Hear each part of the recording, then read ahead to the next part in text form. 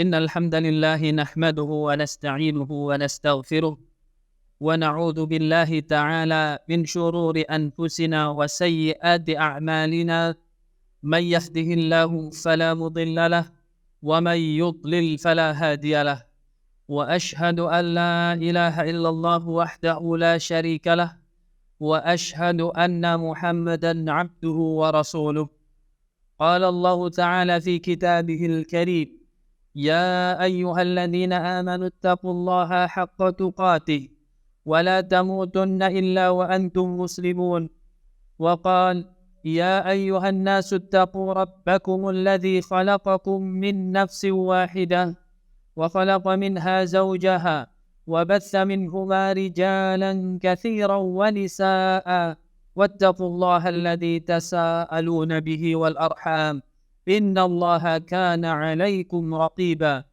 يا أيها الذين آمنوا اتقوا الله وقولوا قولا سديدا يصلح لكم أعمالكم ويغفر لكم ذنوبكم، ومن يطع الله ورسوله فقد فاز فوزا عظيما. أما بعد، فإن أصدق الحديث كتاب الله، وخير الهدي هدي محمد صلى الله عليه وسلم، وشر الأمور محدثاتها، فإن كل محدثة بدعة وكل بدعة ضلالة وكل ضلالة في النار. Ikhwani ma'asyiral muslimin, jamaah sidang Jumat rahimani wa rahimakumullah.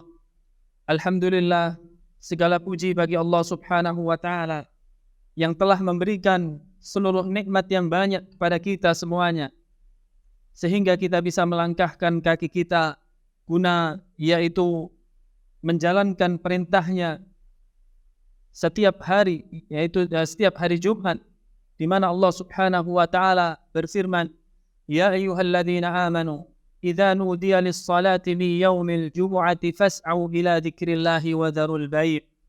Wahai orang-orang yang beriman, apabila dipanggil kepada kalian yaitu untuk menghadiri majelis salat Jumat, Allah Subhanahu wa taala mengatakan idza nudiya lis-salati min yaumil jumu'ati fas'au, bersegeralah untuk menunaikan panggilan tersebut, wa dzarul bai', dan tinggalkanlah jual beli. Maka bersyukurlah kepada Allah Subhanahu wa taala yang masih melapangkan dada kita, yang masih meringankan kaki kita untuk senantiasa menjalankan ketakwaan kepada Allah Subhanahu wa taala. Syukurilah dengan selalu menjalankan perintahnya dan menjauhi larangannya. Kemudian salah satu nikmat terbesar Allah Subhanahu wa taala difirmankan di dalam surat Ali Imran: "Wa laqad manna Allahu 'alal mu'minina idz ba'atsa fihim rasulan minhum yatlu 'alaihim ayatihi wa yuzakkihim wa yu'allimuhumul kitaba wal hikmah wa in kanu min qablu lafi dhalalin mubin." Dan sungguh Allah telah memberikan anugerah yang besar kepada kaum mukminin ketika Allah mengutus salah seorang di antara mereka yang tujuannya adalah membacakan ayat-ayat Allah, mengajarkan ayat-ayat Allah kepada mereka. Kemudian seseorang tersebut bertugas untuk mensucikan manusia dari segala macam akidah yang kotor, dari keyakinan yang merusak hati mereka, yaitu kesyirikan. Wa yuzakkihim, kata Allah Subhanahu wa taala, mensucikan mereka dari segala macam kotoran, maksiat dan kesyirikan. Wa yu'allimuhumul kitaba wal hikmah. Kemudian manusia tersebut, sosok yang mulia tersebut, mengajarkan kepada mereka Alkitab, yaitu Al-Quran, wal hikmah, dan sunnah. Wa in kanu min qablu lafi dhalalin mubin. Karena sebelum datangnya utusan ini, manusia berada di dalam kesesatan. Maka dianjurkan oleh Allah Subhanahu wa taala kepada kita untuk memperbanyak salawat kepada Nabi sallallahu alaihi wasallam. Allahumma salli wa sallim ala nabiyyina Muhammadin wa ala alihi wa sahbihi wasallam. Ma'asyiral muslimin sidang Jumat rahimani wa rahimakumullah. Diriwayatkan di dalam sebuah riwayat, diwasiatkan oleh para ulama, dan di sini disebutkan datang riwayat ini dari Al-Hafidh Ibnu Abi Dunya rahimahullah di dalam kitabnya yang berjudul Al-Ikhlas, dan beliau memberikan sanadnya atau mengurutkan sanadnya dari Ma'qil bin Ubaidillah Al-Jazari rahimahullahu ta'ala.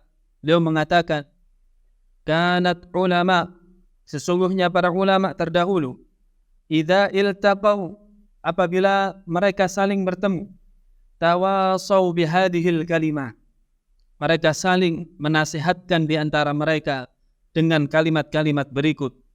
Wa idza ghabu, apabila mereka telah berpisah, telah sendirian, katabalaha ba'duhum ila ba'dhin, mereka akan menulis surat satu dengan yang lainnya, memberikan wasiat ini.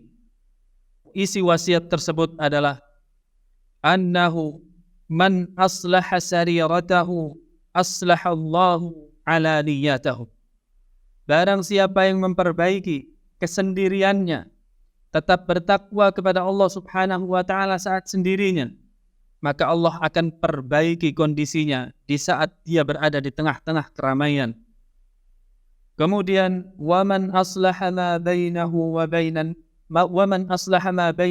bainallah, barang siapa yang memperbaiki hubungannya dengan Allah subhanahu wa ta'ala, aslahallahu lahu bainahu wa bainan nas, maka Allah akan memperbaiki hubungannya dengan manusia. Kemudian waman ihtamma bi amri akhiratihi kafahu Allahu amra dunya, waman ihtamma bi akhiratihi kafahu Allahu amra dunya. Diulang 2 kali. Barang siapa yang lebih memprioritaskan urusan akhiratnya, maka Allah akan cukupkan urusan dunianya. Diulang lagi, barang siapa yang memprioritaskan urusan akhiratnya, maka Allah subhanahu wa ta'ala akan mencukupkan kepadanya urusan dunianya. Jamaah sekalian, rahimani wa rahimakumullah, sungguh tidaklah keluar dari lisan ulama melainkan nasihat-nasihat yang sangat bermanfaat bagi manusia. Tentunya nasihat-nasihat tersebut berdasar dari wahyu, berdasar dari Al-Quran dan Sunnah. Yang pertama, mereka mengatakan, man aslaha sariratahu aslahallahu lahu ala niyatahu. Barang siapa yang memperbaiki kondisi kesendiriannya, tetap bertakwa kepada Allah subhanahu wa ta'ala ketika dia terhalang dari pandangan manusia antara dirinya dengan Allah subhanahu wa ta'ala, maka ini sesuai dengan sabda Nabi Muhammad sallallahu alaihi wasallam, ittaqillaha haitsu ma kunta, bertakwalah kepada Allah subhanahu wa ta'ala dimanapun kalian berada. Bahkan Allah subhanahu wa ta'ala menyebutkan di dalam Al-Quran tentang orang-orang yang menjaga kondisi sendirinya tetap bertakwa, tetap takut kepada Allah subhanahu wa ta'ala. Allah subhanahu wa ta'ala berfirman, alladzina yakhshawna rabbahum bil ghaib lahum maghfiratun wa ajrun azim.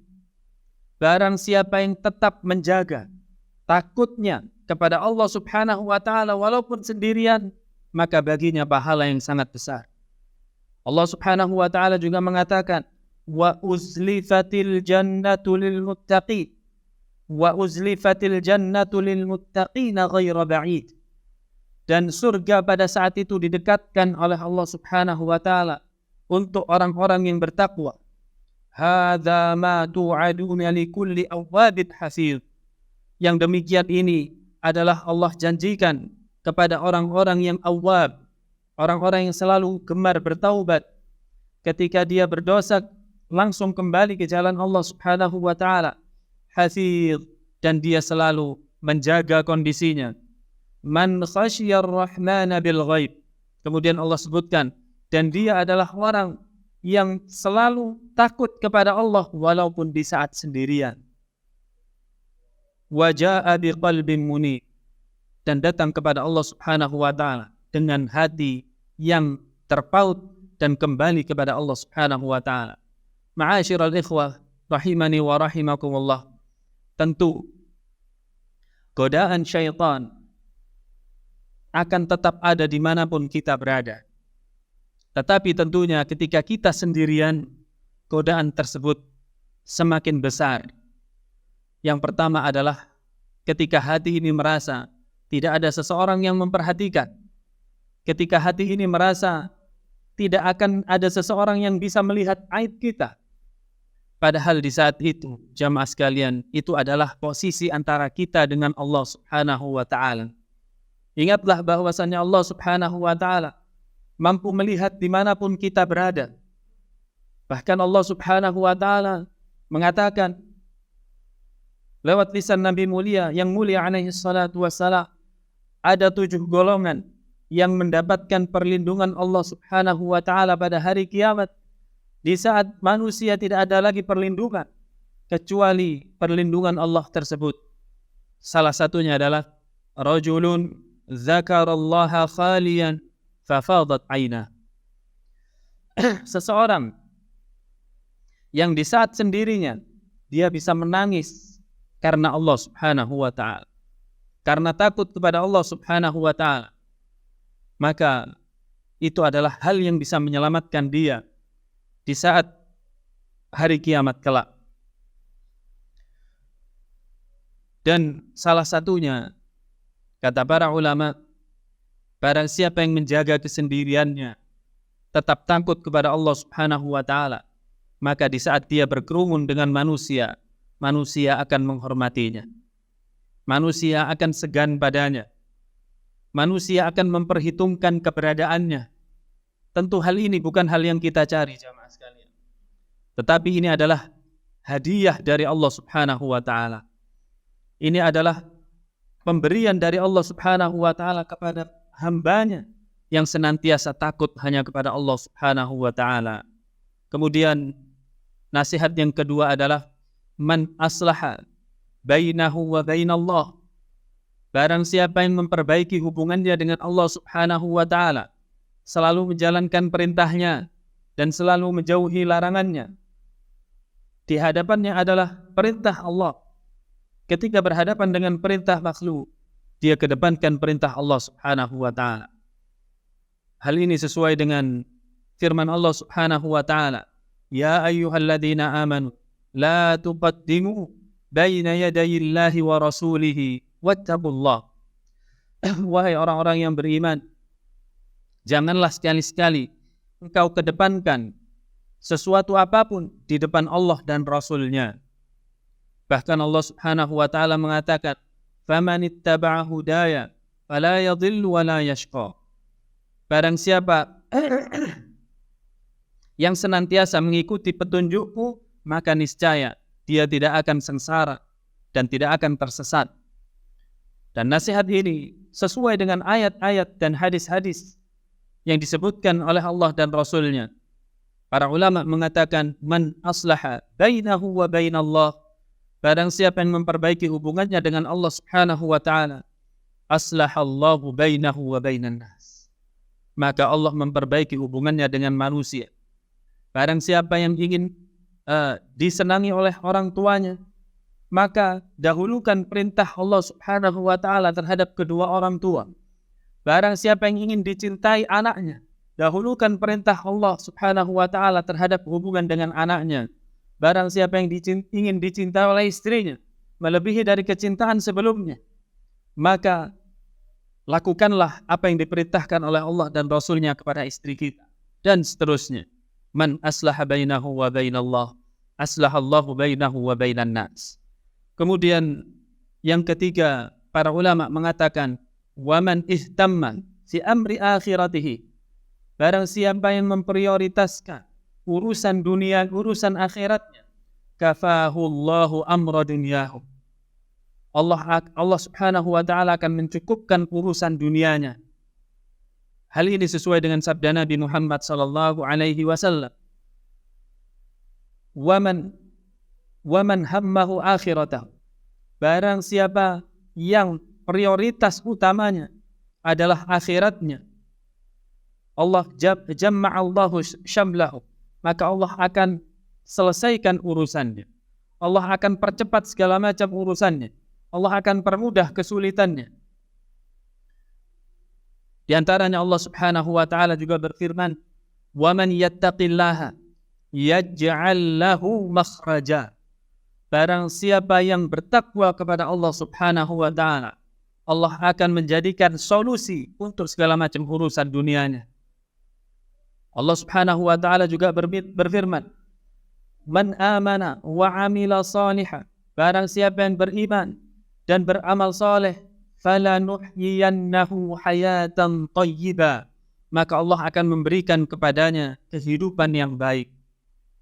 Dan hal ini diulang-ulang oleh para ulama, terutama nasihat yang ketiga.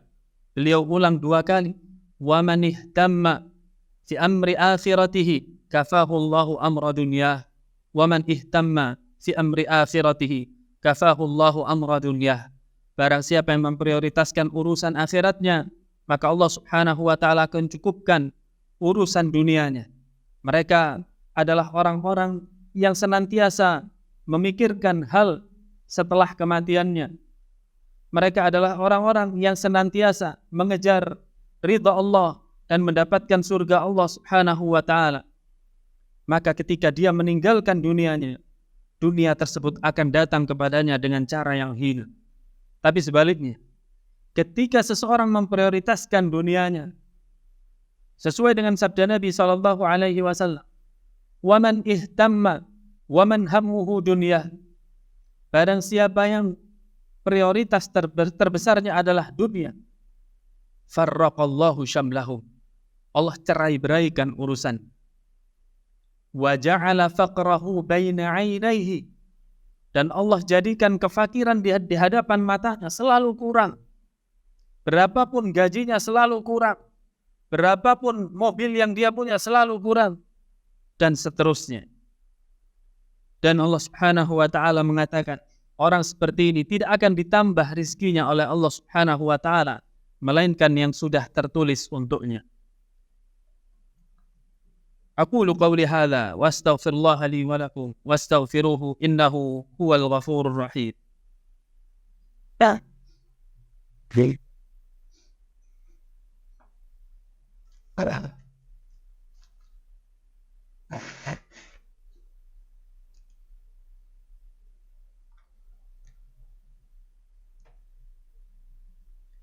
Alhamdulillahi ala ihsanih wa syukru lahu ala taufiqihi wa amtinani wa ashhadu an la ilaha illallah wahdahu la syarika lahu ta'ziman li sya'nih wa ashhadu anna Muhammadan abduhu wa rasuluhu al-hadi ila ridwanih salawatullahi wa salamuhu alaihi wa ala alihi wa ikhwani. Jamaah sekalian rahimani wa rahimakumullah, tentu butuh bagi kita semua untuk mendengarkan nasihat-nasihat dari para ulama, dan tentunya sikap dari nasihat para ulama itu adalah kita sikapi sebagai sebuah obat. Dan hakikat sebuah obat itu adalah ketika dikonsumsi itu ada ketidaknyamanan di depan, maka tetap konsumsilah obat tersebut, karena ketahuilah bahwasannya maslahat yang ada di belakangnya jauh lebih besar daripada hanya sekedar pahitnya obat tadi yang kita rasakan di lidah kita. Begitu juga nasihat dari para ulama yang bersumber dari Al-Quran dan hadis Nabi Muhammad SAW. Mungkin sebagian dari kaum muslimin merasa hal itu berat, merasa hal itu bertentangan dengan hidupnya, bertentangan dengan hatinya. Tapi paksalah, karena ketika seseorang merasa hal itu berat, berarti dia sedang sakit. Dan orang yang sedang sakit tentunya harus dia paksa mengkonsumsi obat tersebut supaya hari ke depannya jauh lebih baik daripada hari sebelumnya. Inna Allah wa malaikatahu yusalluna 'alan nabi ya ayyuhalladzina amanu sallu 'alaihi wa sallimu taslima. Allahumma salli 'ala Muhammad wa 'ala ali Muhammad kama sallaita 'ala Ibrahim wa 'ala ali Ibrahim wa barik 'ala Muhammad wa 'ala ali Muhammad كما باركت على إبراهيم وعلى آل إبراهيم إنك حميد مجيد. اللهم اغفر للمسلمين والمسلمات والمؤمنين والمؤمنات إنك سميع قريب مجيب الدعوات.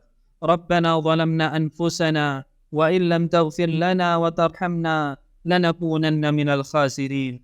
ربنا هب لنا من أزواجنا وذرياتنا قرة أعين واجعلنا للمتقين إماما. ربنا اغفر لنا ذنوبنا ولوالدينا وارحمهم كما ربونا صغارا. اللهم إنا نسألك علما نافعا ورزقا طيبا وعملا متقبلا. اللهم إنا نسألك الهدى والتقى والعفاف والغنى.